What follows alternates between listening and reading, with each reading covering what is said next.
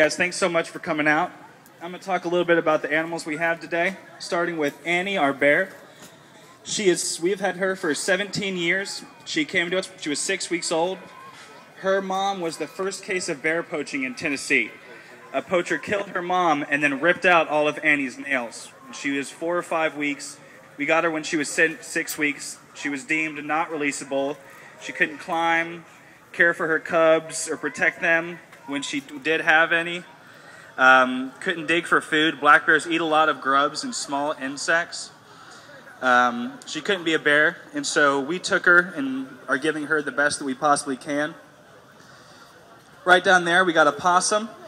We get a lot of possums in. I'm sure y'all see them all the time on the side of the road. What happens is the possum's hit by a car, and since they are marsupials, they have a pouch, and in that pouch they have their little babies that are really, really small. And so possum gets hit, and all the babies are still in there. If they do check the pouch, they find the babies and bring them into us. Right here we got a hedgehog. This is an African pygmy hedgehog. There's a lot of different species. The majority of them get a lot bigger, about 3 times that size. They're from Africa, New Zealand, Europe, and parts of Asia. Sonic, yeah, you guessed it. Not too creative. And right here is Screech, our screech owl. We do have these here. Screech's left eye, she can't see out of really well at all. And her beak is also twisted, so she can't kill her prey, so we have to kill it and give it to her. So again, she is not releasable. Right here we have 3 ferrets, or there's one right over there. Ferrets are really, really, really neat animals if you have the time and the money and the space for them. They need a lot of social stimulation. They need to be held. They need toys, and they need room. The pen that we have is like 5 times that size back at the Nature Center.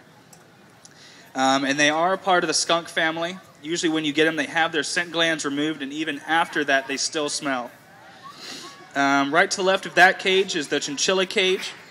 Chinchillas are really soft, but that's a downside for them because we end up making fur coats out of them, and it takes over 200 chinchillas to make 1 fur coat. So we advertise make a pet, not a coat. Right there is Tasha, our eastern mountain lion.